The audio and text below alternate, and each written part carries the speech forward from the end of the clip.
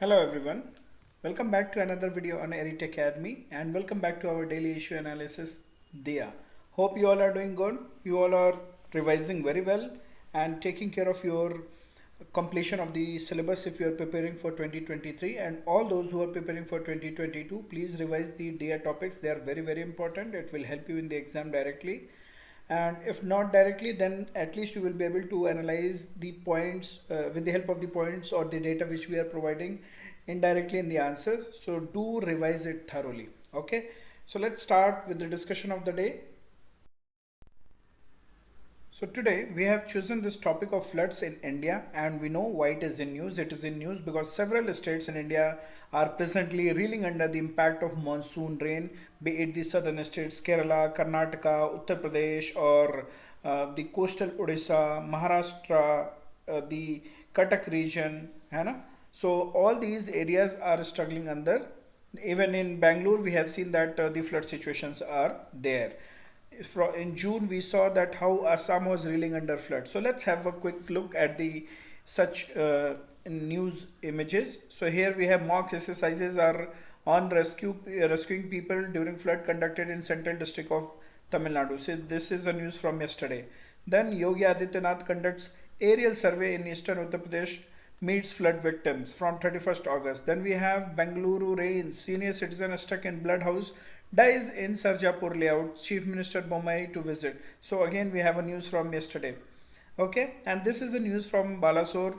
2.85 lakh people hit in Puri by floods, crop damages in Balasore. So this is going on since August 17th. Then the very recent one, Modi's flood tweet, Jai Shankar statement shows something thought in India-Pakistan ties. So if you are reading the newspaper, you must be aware of that even Pakistan is reeling under flood, and India has told that if whatever help India can give, India is there. Okay, and if you have come across this news, Assam flood situation improves to 22.17 lakh affected. This is a news from June. So I especially remember this one because one of my student, he was appearing for prelims and he messaged me because just before prelims, this situation of flood they started occurring and the devastation started the railway station. So the videos were getting circulated at how the railway stations are getting uprooted, like destroyed. Okay, and the trains are not able to reach. Bodies are floating. People have gone just to have gone outside to buy vegetables, but they have not come. Their dead bodies are there, floating in the flood water. So one of my student, he was very worried that how he will give prelims. I really appreciated his spirit of giving the exam, but I told him that this is a natural calamity. First, you should focus on your safety, and then only we can think of anything else. So I especially remember this because that was very heart wrenching moment and helpless situation that in front of because of this flood situation we all feel helpless. This is natural calamity, so we have to mend our actions so that we can avoid it in future. Okay, so in this context we are discussing the floods in India. Let's analyze it. Now let's analyze the status of floods in India. So we have a data on that according to NDMA, National Disaster Management Authority website, India is highly vulnerable to floods, and out of total geographical area of 329 million hectares MHA million hectares, more than 40 million hectares is flood prone. So 40 million hectare out of 329 million hectare total geographical area is vulnerable to floods, and this is also data by Rashtriya Baad Ayog RBA. So they have also estimated the same. Then we have another data which was presented in Rajya Sabha in 20, and this data is with respect to 2018. The economic losses suffered by India due to floods across the country was approximately 95,000 crore. Okay, so this is the data by Rajya Sabha in economic terms with respect to the economic losses. Again, we have another data which we have taken from NDMA that on an average, every year 75 lakh hectares of land is affected, 1600 lives are lost, and the damages damage caused to crops, houses, public utilities, that is economic losses, is somewhere around rupees 1805 crores. 1805 crores due to floods. This is on an average every year. So this is average data. Okay, so with the help of this, if you analyze your answers, if you start your answers, then it will give gravity, it will give weightage to the your it will give value addition to your analysis. Now we will analyze the flood prone areas in India. So whenever you are analyzing this, you must have come across this information in your NCRTs or whenever you are preparing a static portion. So take the help of the information from there, and then you highlight the Ganga Yamuna Basin, states of Haryana, Himachal Pradesh, Uttar Pradesh, Bihar, West Bengal, how they are prone to floods. Then Assam, you talk with respect to Brahmaputra. Then you talk about the delta parts of the river basins on the eastern coast and western coast both. For example, Mahanadi in Odisha, Godavari, Krishna, Pennar in Andhra Pradesh. You talk about Narmada, Sabarmati, and Tapti Basin in Gujarat, as you can see on the screen as well. So these are identified as the prone to floods regions. Okay. Then of late, it has been also experienced that upper reaches of the river basins in Krishna, Godavari, they are also causing severe floods in Karnataka and Maharashtra. Even the states like Kerala, they are receiving significant rainfall, which led to the 2018 devastating floods. You talk about the how the retreating northeastern monsoon and the cyclones play important role in causing flood, especially in the peninsular area, India. So if you take the help of these pointers and you take the help of the location or the areas on the map, it will add value to your answers. Okay. Now, if we analyze the causes of floods in India, then we can categorize them as natural or ecological causes and also the anthropogenic causes. So, one by one, we will discuss about both of them. So, starting with the natural causes of the floods in India, the first cause is of heavy rainfall. So, heavy rainfall in the catchment areas of the river, it causes water to overflow, resulting in floods in nearby areas. And especially, this is expected and it is extremely dynamic during the monsoon time, which occurs for a short duration of September to June to September. And in that period, it creates heavy flooding, especially in the northern part and northeastern regions. So this is one of the natural causes. Another is snow melting in summer. So if we talk about the Himalayan rivers like Ganga, they cause flood in summer too due to the melting of the snow. And the floods of the Brahmaputra, if we talk about, they are both due to rainfall and the snow melting. So whatever glaciers are melting in the Himalayas, and it is leading to more volume of water flow in the rivers, respective rivers. Another reason is topography and sedimentation. So topography where low gradient is there. So if we talk about the Himalayan rivers, they bring huge amount of sedimentation, reducing the water carrying capacity. So water carrying capacity will be reduced, which results in overflow of the water in huge amounts. Also, the dams which are built in those areas, they also experience the problem of siltation. They also experience the problem of sedimentation. So regular cleaning is also required. Otherwise, it also leads to the floods in the region. So these are few of the reasons. We will discuss more about them. Other set of natural causes are the changes in the river course. So you must have read in the NCRTs and the basic concept of meandering, and especially if we talk about Brahmaputra, it always, or you can say frequently, it changes its course, and it is a very good example, prime example with respect to the changing course of the river. So because of meandering, every year the new areas will be flooded. And also sometimes the earthquake also results in the fluvial regime change of the river, resulting into the flooding results into the flooding. Now we will discuss it very quickly because these are quick revision for you. These points are quick revision for you. You must have read in your NCRTs, or whenever basic NCRTs, basic geography you are reading from NCRTs or in your respective classes. Okay, so let's quickly analyze other reasons. Cloudburst and the landslides. So these are the major reasons, especially in the Himalayan region. Okay, and Uttarakhand floods, if we talk about from 2013, were caused by the landslides along with the cloudburst. Other set of reasons are Tsunami and cyclones. So tsunami brings huge amount of water to the coast and flooding occurs. So especially if we talk about tsunami and cyclone, they affect the coastal states. So we have the example of tsunami from 2004 and cyclone. Whenever you are quoting, don't quote very old example. Quote the most recent.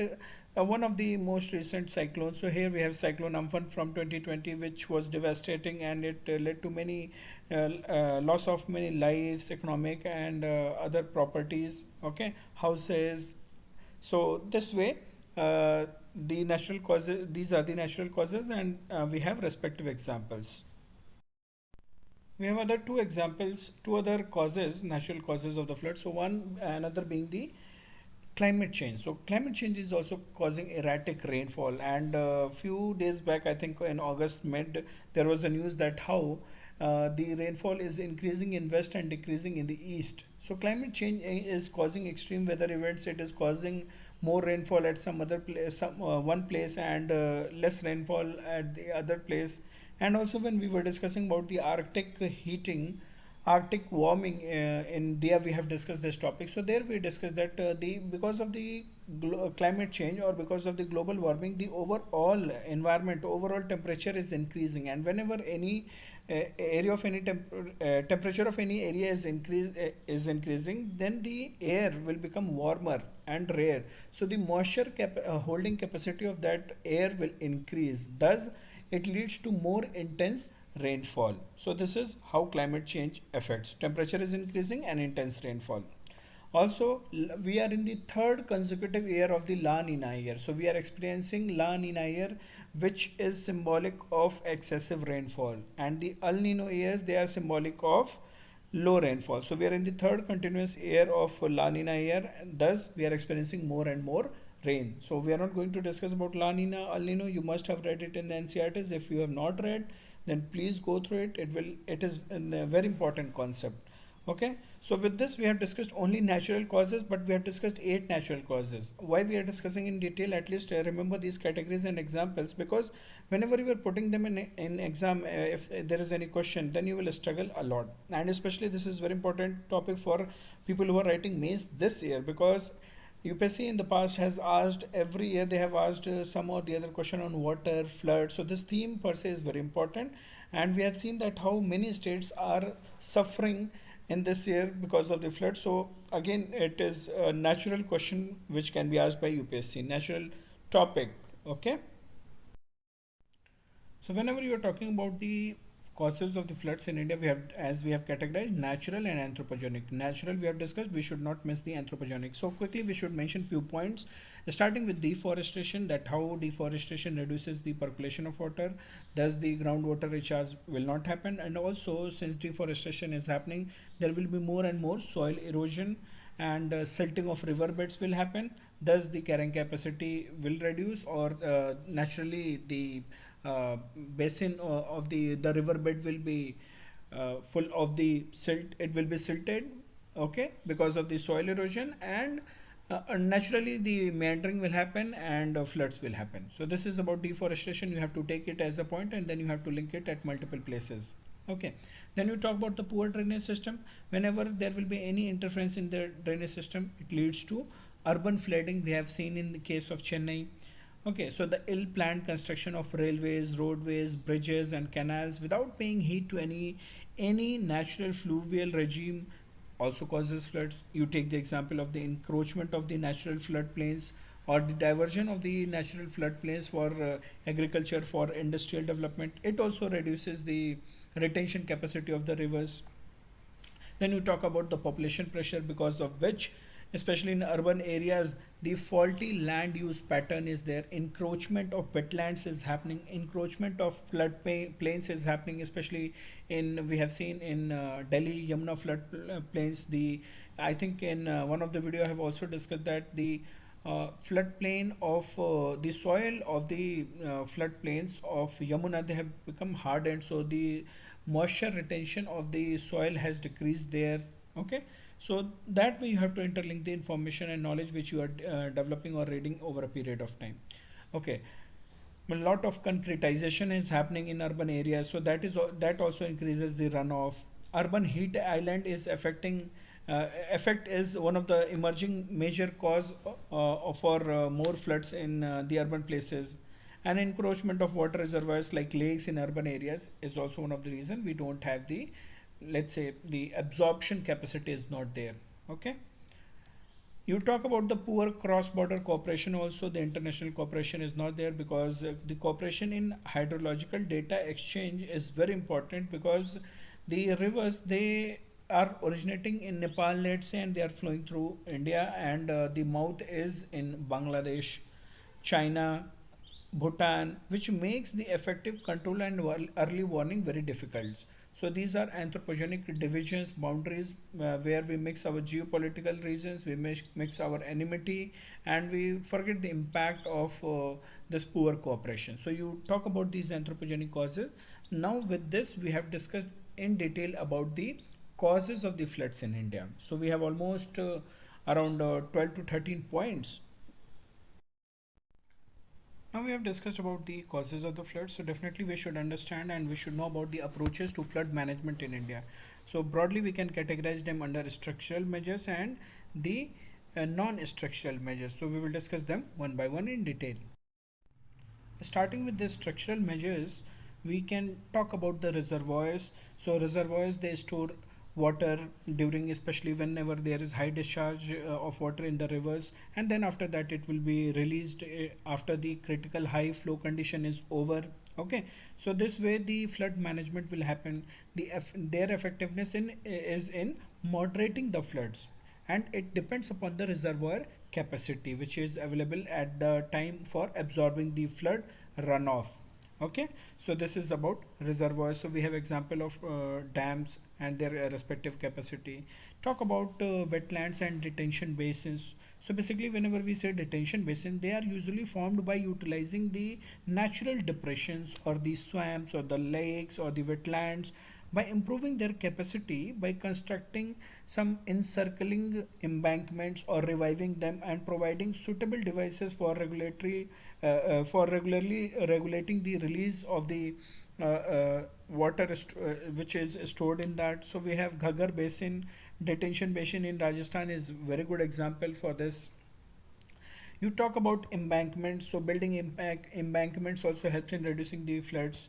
We have the other structural measure which can be taken is channelization of the rivers.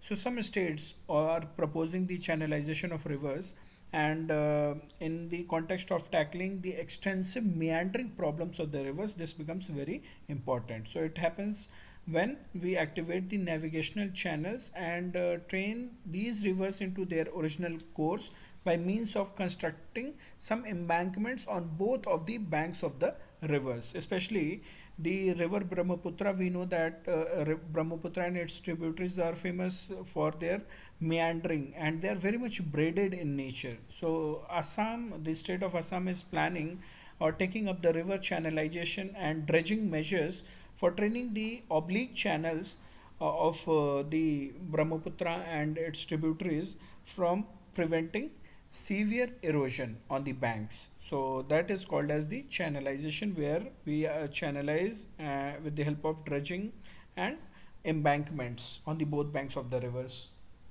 Next is interlinking of river basins. So this is one of the very important step which you already know, that how we focus on interlinking of the rivers, where we focus on diversion of the waters from high water area to low water area. So diversion of flood water is used as the flood control measure. So it involves the transfer of the water, so it can be same basin or to other basin downstream. It depends upon the what kind of interlinking we have done. So Krishna Godavari drainage basin, their interlinking is going on. Ken Betwa interlinking is there. So that way interlinking of basin also is one of the structural measure which can be used for flood management in India, or is used at some places as well. We talk about watershed management as a part of a structural measures. So the watershed management measure, it includes developing and conservation of the vegetation and the soil covers in the catchment area. Okay, and it also undertakes certain other structural works like check dams, detention basins, or divergent channels. So the reclamation of land is also happening there, and the structural work or the structural the detention basin structures are being also created. Diversion channels are also happening. Okay. And then you talk about the anti-erosion measures. So anti-erosion measures, whenever we say, so anti-erosion measures are like RCC, bamboo. Nowadays geotextile is being used, so geotextile bags or tubes or sand fuel filled geo matrices are being used. So these are being used as a protection mechanism for erosion which happens because of the flood. So these such structures or geotextiles, they help in reducing the erosion. We talk about coastal erosion is happening, so coastal erosion measures can be taken, especially whenever we talk about Indian coastline. So we experience lot of erosional problems, and around 45 to 45% approx of coastline is affected in some or the other way with the coastal erosion. So there such measures has been adopted. For example, we have sea walls, okay, revetments are there, groins are there. So these are the steps which has been taken or can be taken under the structural component in order to manage the floods in India or anywhere. Now we should discuss about the flood management. Whenever we are talking, we should talk about the non-structural measures which can be taken or is being taken in India. So floodplain zoning is one of the option. So it is a concept very central to floodplain management. So here basically the demarcation of zones of the floodplain will happen, which or the areas which are likely to be affected by floods of different magnitude or frequencies and probability levels. Based on that mapping, based on that zoning, permissible activities, developmental activities will be allowed in these zones. Whenever flood actually occur, the damage, so that damage can be minimized if not avoided. So this is a mapping or zonation concept. Then flood forecasting is a very good concept which is already in practice. So approx 1600 hydro meteorological sites are being operated by Central Water Commission across the country, covering 20 river basins for to gauge the discharge and sediment and water quality observation for that purposes. And the activities of the flood forecasting, they include various components. So the time to time taking the data of the flow, sedimentation and discharge, the the dam reservoirs, the people who are managing, the authorities who are managing, they will be informed about either discharging the water, or accordingly they will take their decisions. We have this concept of integrated reservoir operation. This is called as IRO. So crisis management plan of Department of Water Resource includes the provision of integrated reservoir operation for the flood management. So here the data from the reservoirs along with the hydrometeorological data which we were using in flood forecasting is again complemented with the forecasting by IMD which is done. Based on these inputs, the mathematical models is prepared for the different basins, and that helps in understanding that what kind of forecast can be done for a respective basin. So this is integrated reservoir operation. Then we have dam safety and emergency plan, so emergency action plan, and we have a program called as DRIP, that is dam rehabilitation and improvement project is there, and it is being implemented with the help of World Bank. So here what happens, time to time the guidelines for dam operation will be given, guidelines for the preparing operation and maintenance manuals for the dams will be given, guidelines for developing emergency action plan for the dams will be published time to time for the country's dam owners, the operators. So under this, time to time the standards, the protocols or the measures are being updated as part of DRIP, dam safety and emergency action plan is also being built. Then the space technologies, they are being used actively. So here what is happening, the development of a spatial flood early warning model is being done using the high resolution digital terrain model which is gaining momentum. So vital information on the topography, vital information on the climate is being used, and especially national remote sensing centers are there who are developing the spatial flood forecast related operations. So already the models for Godavari and Mahanadi rivers in association with the Central Water Commission is using space based inputs, so that way space technologies are also helping. So you can talk about simply about the remote sensing technology where the terrain mapping and the climate inputs are being used for the forecast or monitoring. Then the adherence to coastal zone regulations. So we have coastal zone regulations are there. CRZs are there. Okay.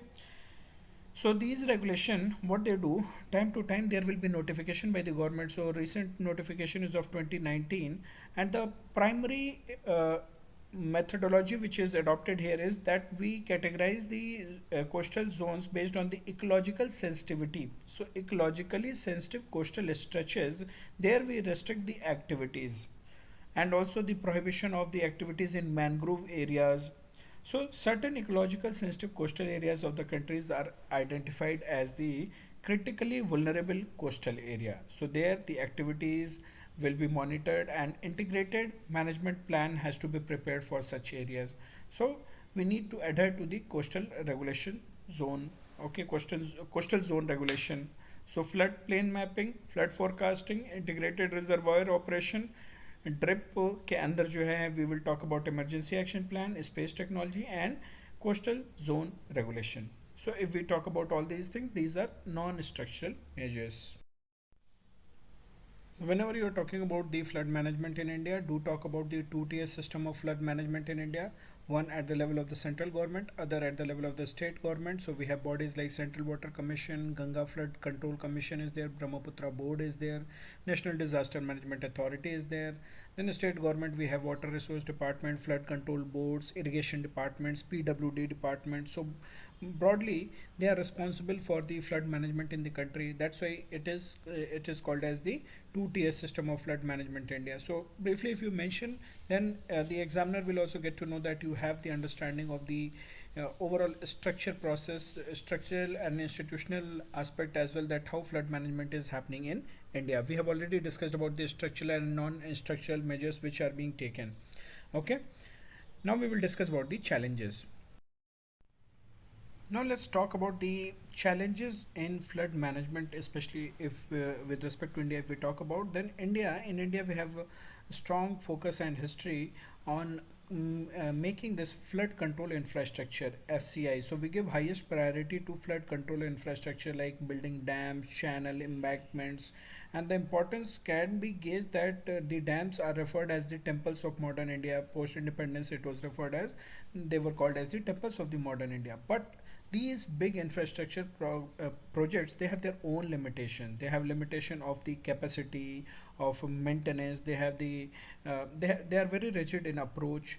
If the river is changing its course, then the changing boundary conditions, how quickly they can adjust these infrastructure, how they can adjust to such changing boundary conditions, that is problematic. And the local flood plain urbanization or the upstream deforestation is happening, which is persistently happening. It is making this protection or this approach flood control infrastructure, it is making such infrastructure projects more inefficient. So this is one aspect. Other aspect is of inadequate maintenance. So the flood infrastructure protection structures are there, embankments or spurs or check dams. We have seen, or it has been observed in the past, that repeated failure of protection work is there. Repeated failure is there of the infrastructure. Poor maintenance is there. So because of the inadequate maintenance, also sometimes whenever they are required in order to manage the flood or control the flood, they will be not ready. Okay, and whatever flood planning or the infrastructure development is happening, the management is happening, it is not being done in an integrated manner. No DRPs are being maintained. So whenever we say about DRPs, what is the meaning of this? So flood management, if we talk about, the entire river basin is not happening. We are either focusing on one tributary or one major segment of the river, but detailed project reports are not being prepared. So there, and even if it is being prepared, there is delay in the approval of detailed project reports. Okay, and that delay is leading to delay in the completion of the project. So the gestation period of the project will become very long. So even if a dam has been proposed or if infrastructure has been proposed, there is delay in the detailed project reports and thus delay in the overall projects. So thus this results in technical designs becoming irrelevant after a certain point of time, or the cost and time overrun will be there. Okay, and also the complete river morphology is not studied before the implementation of the projects. So the piecemeal approach of channelization or the piecemeal of embankment project happens. So integrated way it is not being done. Also, there is inefficiency in the flood forecasting. So there is inefficiency. We have seen that so many stations are there, but only few stations are either installed or they are operational or they are sharing data. So there is also a problem of non-availability of real-time data for the corresponding period, resulting into the non-availability of real-time management also. So that way the overall flood forecasting is also sometimes inefficient. Okay, so this is another problem. Unplanned urbanization is leading to the problems of urban floods. Even though we have infrastructure, they are managing the floods. They are capable of managing the floods of the major river basins or major rivers, one or a few tributaries, but they are not capable of managing the urban floods which we are experiencing in Bangalore, because of which Bangalore is in news, or the Chennai floods which was there in news. So how we will manage them? Do we need dams or check dams for them, embankments for them? So no, it is not related to that. Okay. Also, there are problems of interstate water disputes are there. So most of the river basins, we know that in India span across various states, but there is a lack of flow of information among the basin states sharing the information, which results in gaps in preparedness. There is poor cooperation on their part to face the incoming floods.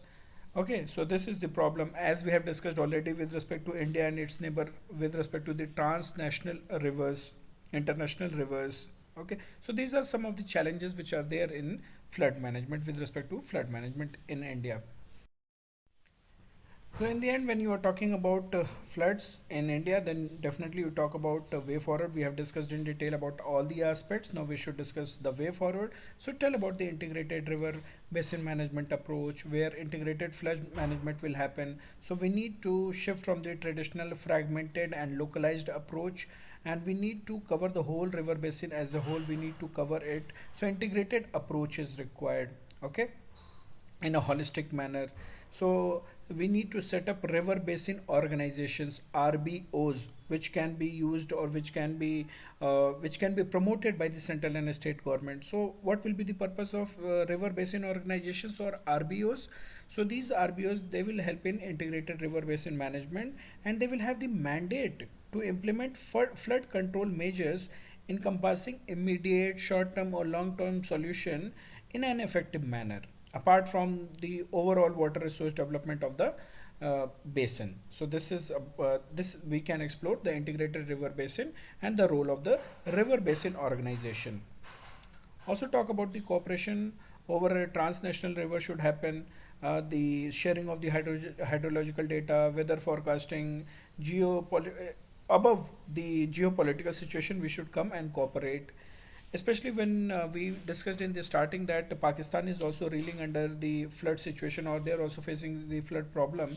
So what are the factors? More or less, the South Asian countries, if we talk about, we all are having the common factors for the because of which we are experiencing floods, right? So we can use the organizations like SARC, where we can cooperate over the sharing of hydrological data, because if one river is originating in Nepal, it is going in India also, it is going in Pakistan also, it is going via Tibet, it is coming to India and then going to Bangladesh. So we need to capitalize, we need to use the cooperation, we need to cooperate with each other. So there we can take the help of the international organization like SARC, and we have already SARC satellite is also there, so we can use the data from SARC satellite. So this way we can talk about. Okay, also the sharing of best practices. For example, we know that California, Netherlands, Japan, they have been experiencing the flood situations and they have adapted. So we need to share the best practices from such countries, or not only from such countries. Even if the neighboring countries, the SARC countries, they can also share the best practices. Okay, so these are the way forwards which if you will write, it will make your answers effective. So let's discuss few of the best practices. So we have certain best practices which we can use in our answers. So one is the flood proofing of the buildings. For example, buoyant buildings or amphibian houses are built which sit on a dry land, but they can float vertically during the flood times. It has been developed in Netherlands. So flood proofing of the buildings can be done where they are equally good. They are built on the dry land, but whenever the flood water is there, they can float also. Floodplain restoration, time to time the restoration of the flood plains should be done. So as it is done in the Rhine Delta, Netherlands, the river Seine of UK. Then we have the concept of groundwater banking. This is a concept from California. So whenever we talk about groundwater banking, so it is the process of diverting flood waters or the other surface water into an aquifer where it can be stored until the water is needed later. Okay, so this is being explored in California. So there are almost 517 groundwater banks or basins are there. We have football fields which are being used in Netherlands to divert the groundwater, to divert the flood water to recharge the groundwater. So football fields are being used for that purposes. So talk about these practices as best practices which can be used in India. Okay, so these are some of the best practices. So with this, we have discussed in a holistic manner about the floods in India, why in news, the data, then challenges, the issues, the approach to manage, and holistically the how it is being managed in India, the two-tier structure, challenges, and the best practices way forward. So with this, the floods in India topic is over. Hope you got very good understanding. You must have got holistic understanding about the topic. The notes of the same video will be provided in our Telegram channel. So if you have not joined, please join it so that you can effectively revise after this, after watching the video. Okay. So take care, guys. We will come up with another topic in there on Monday. And in the meantime, we will come up with some other video on Saturday. So stay tuned and do follow us on our website editacademy.in. Okay, take care, and if in case of any problem, do reach out to us and we will be happy to help you all. Okay, take care, be happy, and do revise whatever you have read in this week. Take care, guys. Bye bye.